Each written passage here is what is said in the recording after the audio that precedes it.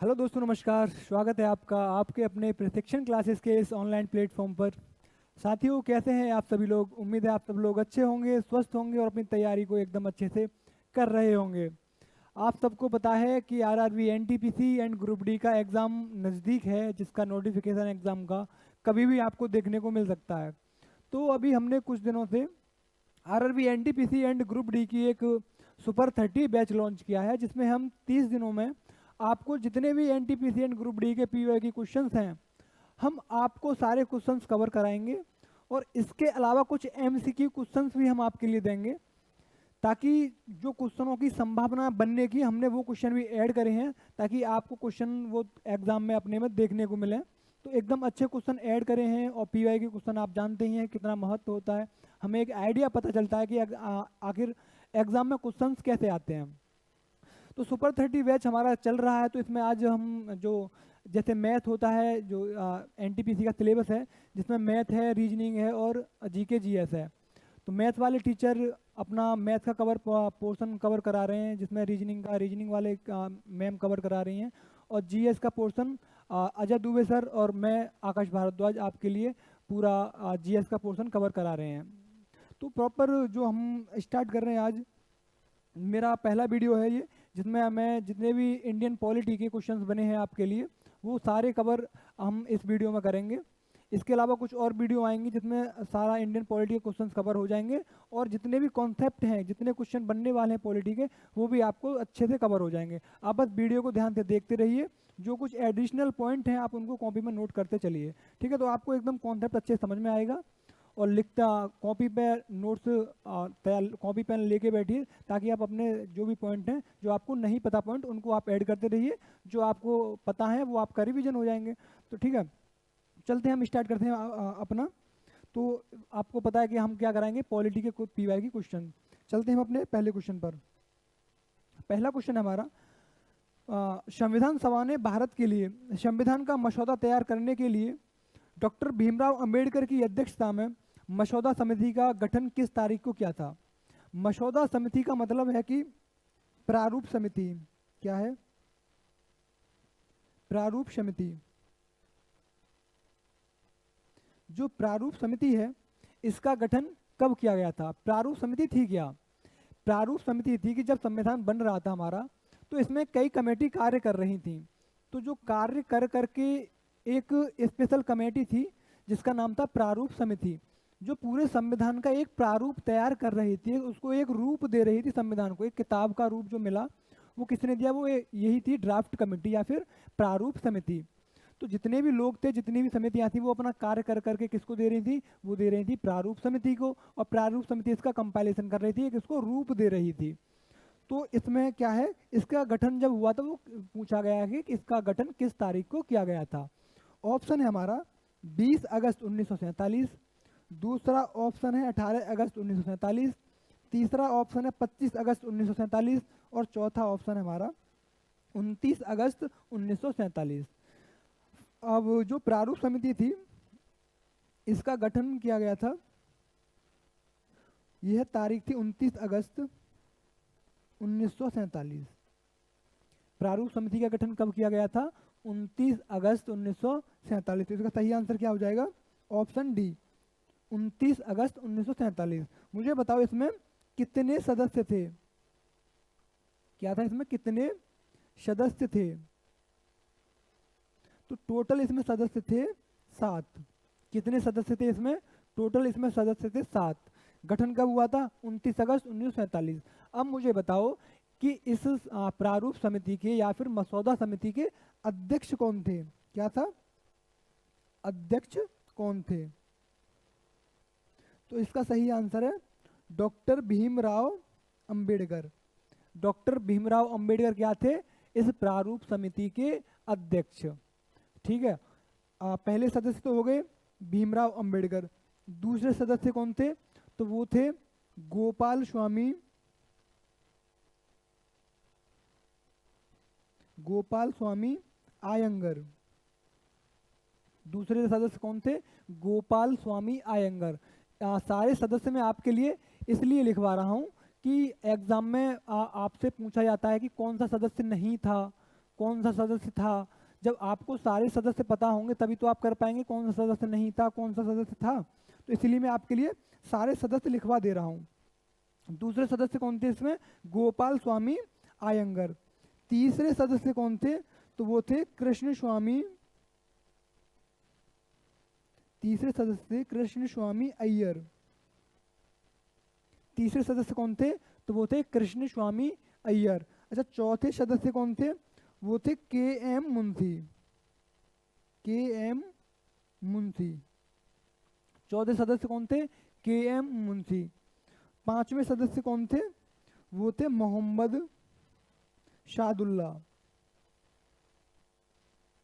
पांचवें सदस्य कौन थे, वो थे मोहम्मद सादुल्ला। और छठे सदस्य कौन थे, एन माधव राव। कौन थे, एन माधव राव। छठे सदस्य थे एन माधव राव। और सातवें सदस्य कौन थे, सातवें सदस्य थे T T Krishnamachari.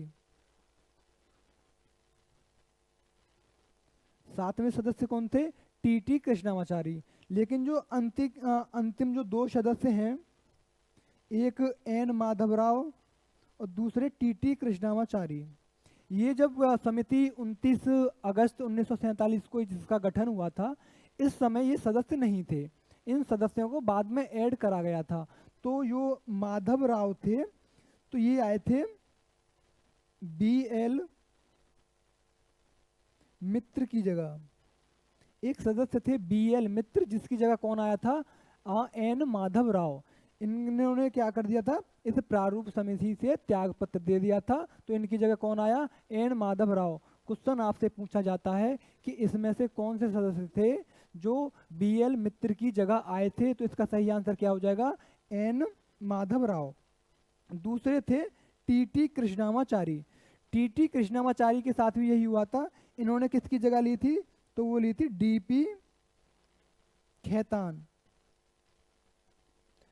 DP Khetan का क्या है, स्वास्थ्य कारणों से इनका स्वास्थ्य खराब हो गया था, तो इन्होंने इस समिति से त्याग पत्र दे दिया था। तो इनकी जगह कौन आया था, वो आए थे टी कृष्णामाचारी। तो ये दो सदस्य थे जो इन्हें बाद में ऐड किया गया था। किस किस की जगह, BL मित्र की जगह कौन आया, एन माधव राव। और DP खेतान की जगह कौन आया, तो वो आए थे टी कृष्णामाचारी। इस प्रारूप समिति के अध्यक्ष कौन थे, वो थे भीमराव अंबेडकर। टोटल कितने सदस्य थे, वो थे 7 सदस्य। इस समिति का गठन, प्रारूप समिति का गठन कब हुआ था, वो हुआ था 29 अगस्त 1947। आपने अपनी कॉपी पे सारे जो सदस्य हैं उनको नोट कर लो, डेट नोट कर लो, कितने सदस्य थे वो नोट कर लो, और अध्यक्ष नोट कर लो, क्योंकि किसी भी एग्जाम में ये पूछे जा सकते हैं और पूछे भी गए हैं। ठीक है, चलते हैं हम अपने अगले क्वेश्चन पर। अगला क्वेश्चन है हमारा कि भारतीय संविधान के तहत निम्नलिखित में से कौन सा अधिनियम अनुच्छेद 21A द्वारा वर्णित किया गया था, कि कौन सा अधिनियम जो अनुच्छेद 21A यानी कि 21A के द्वारा जोड़ा गया था। 21A जो संविधान संशोधन हुआ था, ये हुआ था 86वें संविधान संशोधन, कॉन्स्टिट्यूशन अमेंडमेंट 2002 के द्वारा। 86वां संविधान संशोधन हुआ था 2002 के द्वारा। और इसमें कौन सा अनुच्छेद जोड़ा था, वो जोड़ा था 21A या फिर अनुच्छेद 21A। तो इसमें जब जोड़ा गया था तो कौन सा प्रावधान था जो इसमें जोड़ा गया था। ऑप्शन है हमारा शिक्षा का अधिकार, दूसरा ऑप्शन है सूचना का अधिकार, तीसरा ऑप्शन है लोगों का प्रतिनिधित्व, और चौथा ऑप्शन है हमारा धर्म की स्वतंत्रता का अधिकार। तो फटाफट से बताइए कि 21A में क्या जोड़ा गया था। 21A में जोड़ा गया था शिक्षा का अधिकार। क्या जोड़ा गया, शिक्षा का अधिकार। 21A में क्या जोड़ा, शिक्षा का अधिकार। और 21 में क्या है, अनुच्छेद 21 में क्या है, प्राण एवं दैहिक स्वतंत्रता का अधिकार, के हमें अपनी प्राण और अपनी देह की स्वतंत्रता का अधिकार है। 21A में क्या है, प्राण एवं दैहिक स्वतंत्रता का अधिकार। और इसी में एक छुपी हुई बात यह है कि सम्मान के साथ जीने का अधिकार। क्या है, सम्मान के साथ जीने का अधिकार किसमें है, 21 में, अनुच्छेद 21 में। जहां आपको सम्मान नहीं मिलता है तो इसका किसका वायलेशन होता है, अनुच्छेद 21 का। इसके बाद आता है 21A यानी कि शिक्षा का अधिकार। शिक्षा का अधिकार कब जोड़ा गया, 86वां संविधान संशोधन 2002 के द्वारा। इसमें क्या है कि 6 से 14 वर्ष के बच्चों के लिए 6 से 14 वर्ष के बच्चों के लिए निशुल्क शिक्षा का अधिकार किया गया है। 6 से 14 वर्ष के बच्चों के लिए निशुल्क शिक्षा का अधिकार किसमें है? अनुच्छेद 21A में। कब जोड़ा गया? 86वें संविधान संशोधन 2002 के द्वारा। एक केस आता है मोहिनी जैन वाला। कौन सा? मोहिनी जैन। मोहिनी जैन वर्सेस कर्नाटक राज्य 1992 में। आपको इसकी हिस्ट्री में ब्रीफ में बता दे रहा हूँ थोड़ा सा, क्योंकि अगर आप चाहते हैं कि आपको पूरा पॉलिटी एकदम अच्छे से समझ में आए तो हमारे पेड कोर्सेज भी हैं, आप उस पर हमसे संपर्क कर सकते हैं, हमारी वेबसाइट पर विजिट कर सकते हैं, प्रशिक्षण क्लासेस और प्रशिक्षण IAS पर। तो आपको विस्तार से सारे कोर्सेज में पता चल जाएगा किस कोर्सेज में क्या है। तो आपको विस्तार से अगर सब कुछ समझना है, एकदम अच्छे से समझना है, कोई एग्जाम क्वालिफाई करना है, तो आप हमारे कोर्सेज ज्वाइन कर सकते हैं, ठीक है। तो उसमें हम आपको एकदम विस्तार से आपको पॉलिटी का सब कुछ बताएंगे एकदम अच्छे तरीके से। तो जो मोहिनी जैन का केस हुआ था ये इसी से रिलेटेड था, जो शिक्षा का अधिकार आया, क्योंकि कर्नाटक राज्य में क्या हुआ था, वहाँ की सरकारी जो यूनिवर्सिटी थी उसमें कुछ फी का क्या है, जैसे जो कर्नाटक का मूल निवासी है उनके लिए फ़ी का अलग था। अगर कर्नाटक का ही कोई व्यक्ति है, उसको फैमिली अच्छी फैमिली से आता है तो उसके लिए फ़ी का स्ट्रक्चर अलग है। मतलब कमज़ोर वर्ग के लिए फ़ी का स्ट्रक्चर अलग था, और जो सही लोग थे, सक्षम लोग थे, उनके लिए फ़ी का स्ट्रक्चर अलग था। और जो लोग बाहर से मतलब कर्नाटक राज्य के नहीं हैं, अदर स्टेट के हैं, अगर वो एडमिशन लेते हैं तो उनका फ़ी का स्ट्रक्चर अलग था, उनकी फ़ीस अलग थी। तो जो मोहिनी जैन थी वो उत्तर प्रदेश की एक लड़की थी, तो जब ये एडमिशन लेने जाती हैं यहाँ कर्नाटक में तो इसकी फ़ी बहुत ज़्यादा होती है, तो इसी के थ्रू ये केस कर देती हैं मोहिनी जैन बनाम कर्नाटक राज्य नाम से। तो जब इन्होंने केस किया तो उस केस सुप्रीम कोर्ट में पहुंचा, तो वहाँ इसकी जांच हुई कि आखिर क्या है मामला। तो उन्होंने मामले को समझा कि शिक्षा बहुत महंगी है, अगर शिक्षा महंगी है तो सम्मान नहीं मिलेगा, क्योंकि 21A में दिया गया है कि सम्मान के साथ जीने का अधिकार। जब शिक्षा नहीं होगी तो सम्मान कहाँ से आएगा? तो जब सुप्रीम कोर्ट की समझ में आया कि बात तो सही है, जब किसी के पास शिक्षा नहीं होगी तो सम्मान कहाँ से आएगा, तो इसीलिए उन्होंने संशोधन किया संविधान में कि अनुच्छेद 21A 86वां संविधान संशोधन 2002, और जो ये 2002 जोड़ा, लेकिन इस पर एक्ट कब बना? 2007 में। एक्ट कब बना था? 2007 में। आप पढ़ते हैं ना सर्व शिक्षा अभियान, क्या है सर्व शिक्षा अभियान?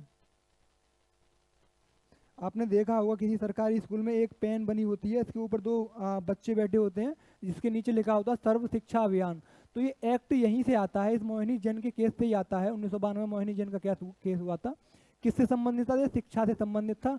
आपने पढ़ा होगा सर्व शिक्षा अभियान, तो ये यहीं से आता है। इसमें क्या हुआ कि जो सरकार सबके लिए तो फ्री शिक्षा कर नहीं सकती थी, लेकिन जितना बना था उन्होंने उतना कर दिया और कह दिया कि जो 6 से 14 वर्ष के आयु के बच्चे हैं उनके लिए सरकार फ्री शिक्षा का प्रावधान करेगी। तो 86वें संविधान संशोधन से ये प्रावधान किया गया था। और कौन सा एक्ट जोड़ा था? 21A। इसमें क्या है? शिक्षा का अधिकार। और 21 में क्या है? 21 में प्राण एवं दैहिक स्वतंत्रता का अधिकार। आपको उम्मीद है कि ये सब कॉन्सेप्ट समझ में आया होगा, 21A समझ में आया होगा, 21 समझ में आया होगा, ठीक है। और मुझे बताइए, इसमें एक और ऑप्शन है कि सूचना का अधिकार। सूचना का अधिकार कब आया था? तो इसका आंसर सही है 2005 में। सूचना का अधिकार कब आया? 2005 में। सूचना का अधिकार ये है कि किसी सरकारी डिपार्टमेंट में आप उसकी जानकारी, जैसे आप अगर किसी गवर्नमेंट जॉब की एग्जाम की तैयारी कर रहे हैं, आप NTPC की तैयारी कर रहे हैं और आपको पता नहीं चल रहा है कि NTPC का एग्ज़ाम कब होगा, तो आपको ये अधिकार है कि उस सरकारी डिपार्टमेंट में जाके आप अपनी एक याचिका दायर कर सकते हैं, उसमें पूछ सकते हैं कि RRB NTPC का एग्ज़ाम कब होगा, और सरकार उसका आपको जवाब देगी कि हम उसका एग्ज़ाम कब कंडक्ट कराएंगे। तो ये आपके लिए सूचना का अधिकार है कि आप किसी भी डिपार्टमेंट से जाके सूचना ले सकते हैं कि आखिर डिपार्टमेंट में क्या चल रहा है, हमें इन्फॉर्मेशन दीजिए।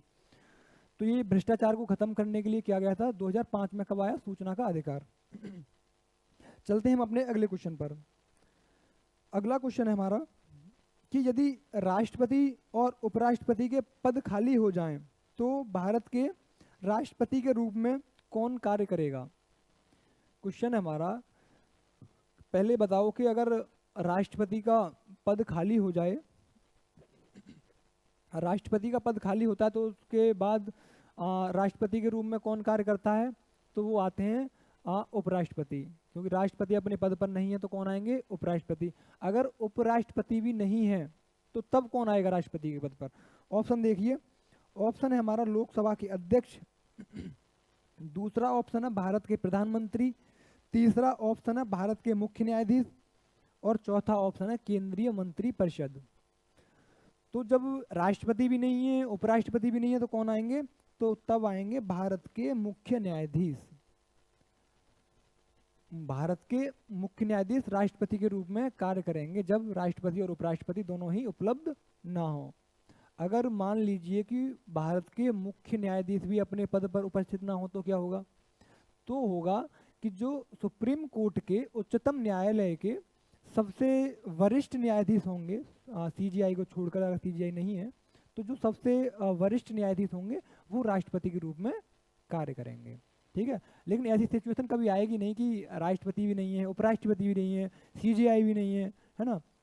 तो आपको थोड़ी सी ये ध्यान रखना है कि राष्ट्रपति नहीं है तो उपराष्ट्रपति, उपराष्ट्रपति नहीं है तो सीजीआई, और सीजीआई नहीं है तो कोई भी सुप्रीम कोर्ट का सीनियर मोस्ट जज। ठीक है, चलते हैं हम अपने अगले क्वेश्चन पर। अगला क्वेश्चन है, इसका सही आंसर क्या था कि भारत के मुख्य न्यायाधीश। अगला क्वेश्चन है हमारा कि भारत के मुख्य न्यायाधीश राष्ट्रपति और उपराष्ट्रपति के रूप में सेवा करने का गौरव किसे प्राप्त है।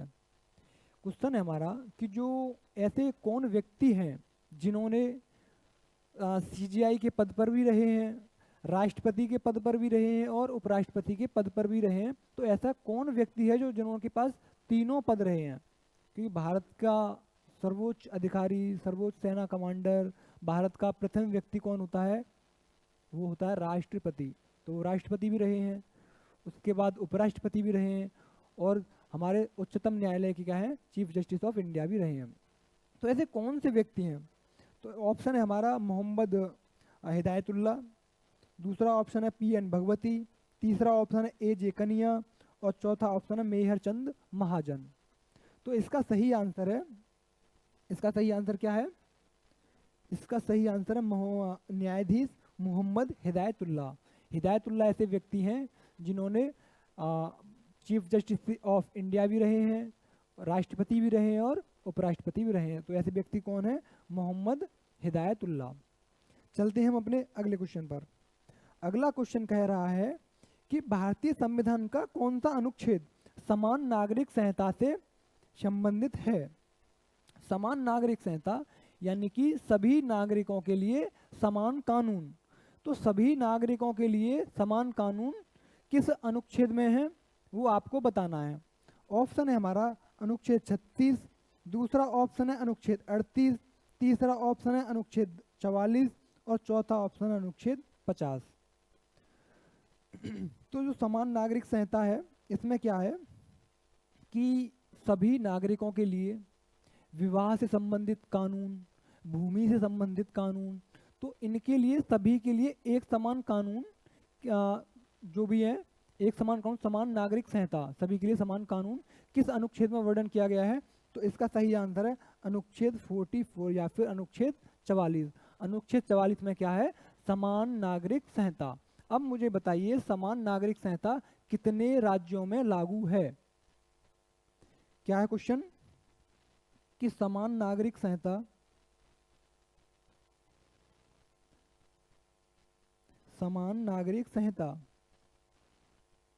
कितने राज्यों में है। तो पहला राज्य कौन सा था समान नागरिक संहिता या फिर यूनिफॉर्म सिविल कोड लागू करने वाला, वो था गोवा। कौन सा राज्य था, वो था गोवा। वर्तमान में एक दूसरा राज्य भी है जिसने समान नागरिक संहिता को लागू किया है, तो वो कौन सा राज्य है, वो है उत्तराखंड। ठीक है, पहला राज्य है गोवा और दूसरा राज्य है उत्तराखंड। अब तीसरे राज्य में भी बात चल रही है कि समान नागरिक संहिता लागू करने के लिए वो आपको सर्च करके देखना है कि वो तीसरा स्टेट कौन सा है कि जिसमें समान नागरिक संहिता लागू होने वाली है। पहला राज्य कौन सा है, गोवा, दूसरा राज्य कौन सा है, उत्तराखंड, और तीसरा राज्य आपको बताना है। तो कौन सा इसका सही आंसर है, अनुच्छेद 44। मुझे बताओ अनुच्छेद 40 में क्या है? अनुच्छेद 40 में है ग्राम पंचायतों का गठन। अनुच्छेद 36 में क्या है? अनुच्छेद 36 में है राज्य की परिभाषा। अच्छा, ये अनुच्छेद 36, 38, 44 किसके अंडर आते हैं? ये आते हैं डीपीएसपी के अंतर्गत, यानी कि डायरेक्टिव प्रिंसिपल स्टेट पॉलिसी, यानी राज्य के नीति निर्देशक तत्वों के अंतर्गत क्या आते हैं?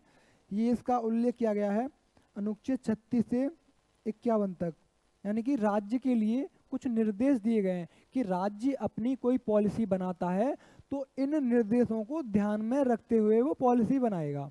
कोई भी राज्य अगर कुछ भी अपने राज्य के लिए कानून बनाता है तो वो किसके अकॉर्डिंग कानून बनाएगा?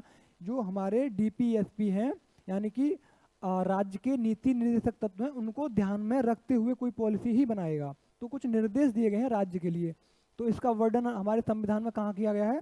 अनुच्छेद 36 से 51 तक डीपीएसपी का वर्णन किया गया है। तो इसी में हमारा जो पहला अनुच्छेद है, अनुच्छेद 36, इसमें क्या है? राज्य की परिभाषा बताई गई है कि राज्य क्या होगा। जब आप अनुच्छेद 36 पढ़ेंगे, विस्तार से अनुच्छेद 36 पढ़ेंगे, तो आपको समझ में आएगा कि क्या क्या चीज़ राज्य के अंतर्गत आती है, राज्य क्या होता है। अभी जो आप राज्य सोचते हैं ना, उससे राज्य एकदम बिल्कुल अलग है। जब आप सही से पढ़ेंगे तो आपको पता चलेगा कि ऐसी ऐसी चीज़ भी राज्य होती हैं जो हमें आज तक पता ही नहीं थी। उसके बाद आता है एक अनुच्छेद 12, मूल अधिकार के अंतर्गत। मूल अधिकार का वर्णन संविधान में कहाँ किया गया है? अनुच्छेद 12 से 35 तक। अनुच्छेद 12 से 35 तक क्या है? Fundamental right. तो अनुच्छेद 12 में भी क्या बताया गया है? राज्य की परिभाषा। इस अनुच्छेद में भी राज्य को डिफाइन किया गया है कि राज्य क्या है। तो कई जगह राज्य को डिफाइन किया गया है राज्य क्या है, तो आपको समझना चाहिए कि राज्य है क्या। ठीक है, 12 में है राज्य की परिभाषा, 36 में है राज्य की परिभाषा। अनुच्छेद 38 में क्या है? फटाफट से बताइए। 44 में मैंने बताया, 50 में क्या है बताओ? 50 में है कि न्यायपालिका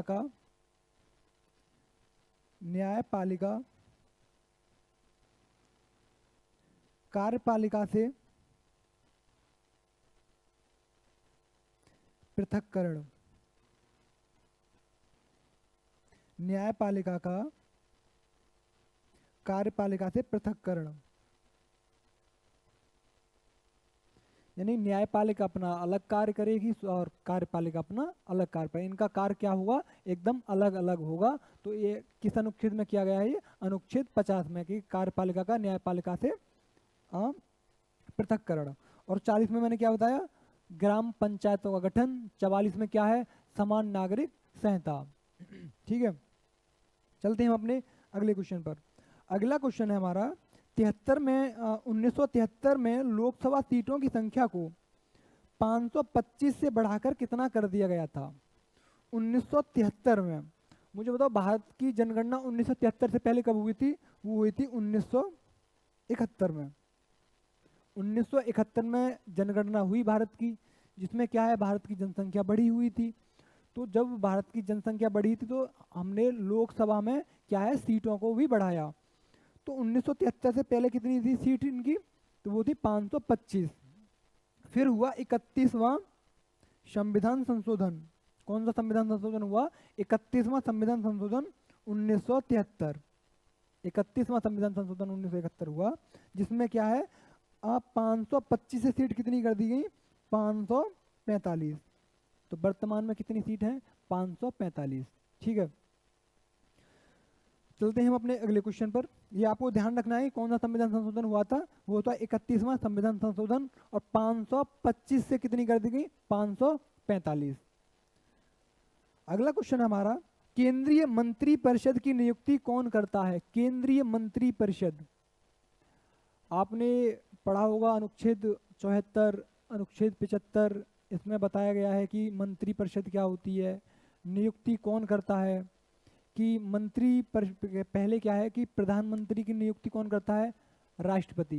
प्रधानमंत्री की नियुक्ति राष्ट्रपति करता है, और प्रधानमंत्री की सलाह से वो अन्य मंत्रियों की भी नियुक्ति करता है। राष्ट्रपति क्या करता है? प्रधानमंत्री की सलाह से अन्य मंत्रियों की भी नियुक्ति करता है। तो यही कह रहा है कि केंद्रीय मंत्री परिषद की नियुक्ति कौन करता है।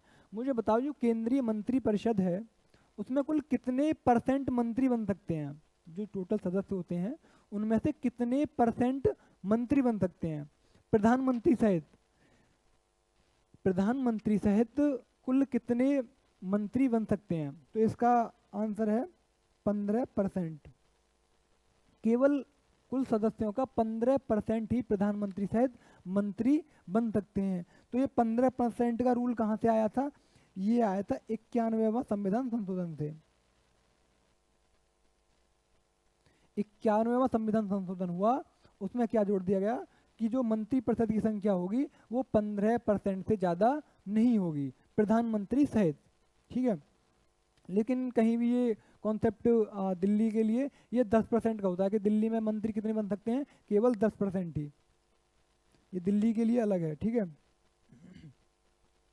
दिल्ली में केवल 10% ही मंत्री बन सकते हैं।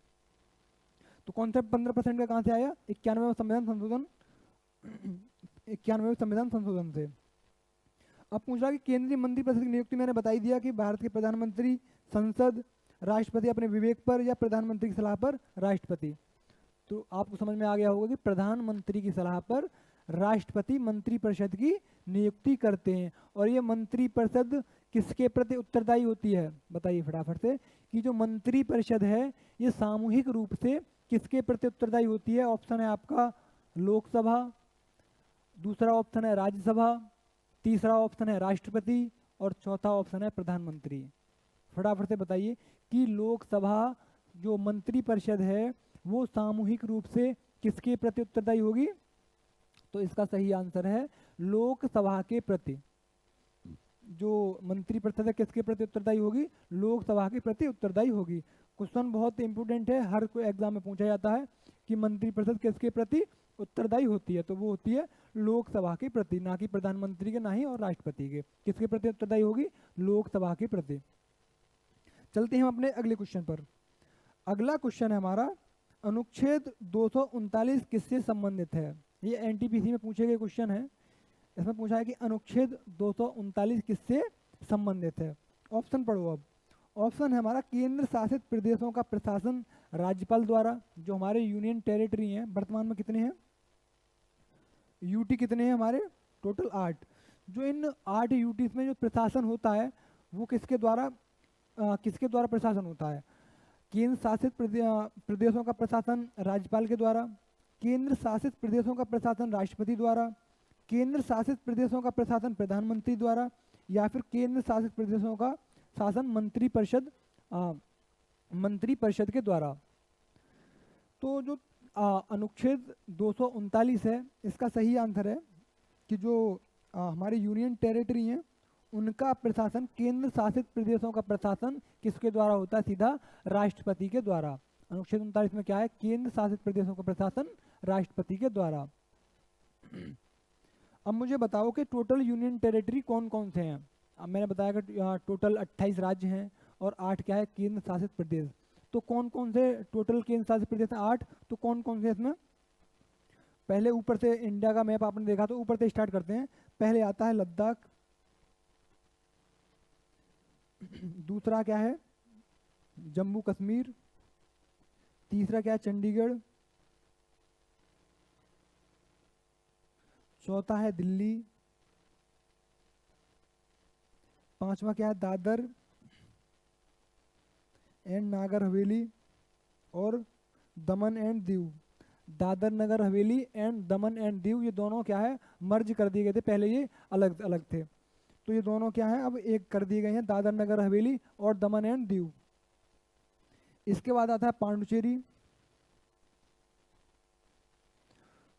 पांडुचेरी के बाद लक्षद्वीप,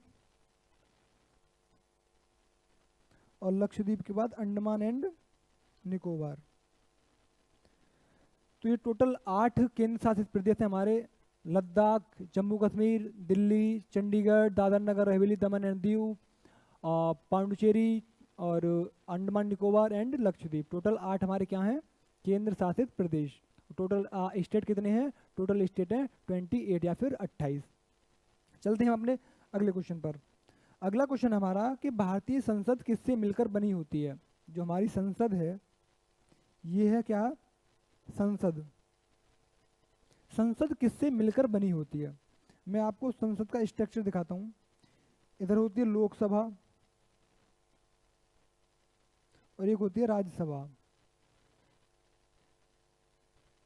क्या है? संसद के अंदर क्या आता है? लोकसभा और राज्यसभा। संसद का उल्लेख किस अनुच्छेद में किया गया संविधान के? तो वो है अनुच्छेद 79। ठीक है, अनुच्छेद संसद का उल्लेख क्या किस अनुच्छेद में है? अनुच्छेद 79। राज्यसभा का किस में है? अनुच्छेद 80 में। और लोकसभा किस में है? आर्टिकल 81 में। संसद किससे मिलकर बनी होती है? लोकसभा और राज्यसभा। इसके अलावा क्या होता है? इसके ऊपर होते हैं राष्ट्रपति। तो संसद 3 चीजों से मिलकर बनी होती है, एक राष्ट्रपति, दूसरा लोकसभा, तीसरा राज्यसभा। राज्यसभा क्या है हमारा? इसी को बोलते हैं हम उच्च सदन। राज्यसभा को क्या बोलते हैं हम? उच्च सदन। और लोकसभा को क्या बोलते हैं हम? निम्न सदन। ठीक है, लोकसभा को बोलते हैं हम निम्न सदन और राज्यसभा को बोलते हैं हम उच्च सदन। राज्यसभा का कार्यकाल कितना होता है? राज्यसभा का कार्यकाल होता है 6 वर्ष का। और लोकसभा कितना कार्यकाल होता है? इसका कार्यकाल होता है 5 वर्ष का। तो ये पॉइंट आप लिख लीजिए कि लोकसभा का कार्यकाल 5 वर्ष का, राज्यसभा का कार्यकाल 6 वर्ष का। अनुच्छेद कौन कौन से हैं संसद में? अनुच्छेद है 79, लोकसभा का 81, राज्यसभा का 80। तो ये सब आपको पॉइंट लिख लीजिए। तो संसद किससे मिलकर बनी होती है? अब ऑप्शन पढ़ लीजिए, आपको आसान हो जाएगा क्वेश्चन। ऑप्शन पहला हमारा लोकसभा और राज्यसभा, तो बिल्कुल नहीं। लोकसभा और राज्यसभा से संसद कंप्लीट नहीं होती है जब तक उसमें राष्ट्रपति ना हो। दूसरा ऑप्शन है राष्ट्रपति, लोकसभा और राज्यसभा, तो बिल्कुल सही आंसर क्या हो जाएगा? Option number B, Lok Sabha, Rajya Sabha और राष्ट्रपति। तो 3 चीजों से मिलकर क्या बनी होती है? संसद। ठीक है, यही आज का हमारा लास्ट क्वेश्चन था। उम्मीद है कि आपको सारे क्वेश्चन अच्छे से समझ में आए होंगे। आपने इसके कुछ जो आपको पॉइंट नहीं पता होंगे वो आपने नोट कर लिए होंगे, ऐसी उम्मीद करके चल रहा हूँ। अगर आपने नोट नहीं किए हैं, आपको याद है, तो वीडियो आप फिर से देखिए, फिर से उसे बार बार याद करिए, क्योंकि पॉइंट हैं, अच्छे क्वेश्चंस हैं, अच्छे जो मैंने एक्सप्लेनेशन कराया एकदम अच्छे से कराया है, ताकि आपके एग्जाम में आगे आ सकते हैं। तो सारे पॉइंट को आपने लिखा होगा और लिख लीजिए अच्छे से, आपको बहुत काम आएंगे। तो आज की वीडियो हम यहीं समाप्त करते हैं। मिलते हैं आपको अगले वीडियो में। जब तक के लिए आप अपनी पढ़ाई करते रहिए और स्वस्थ रहिए। थैंक यू, धन्यवाद।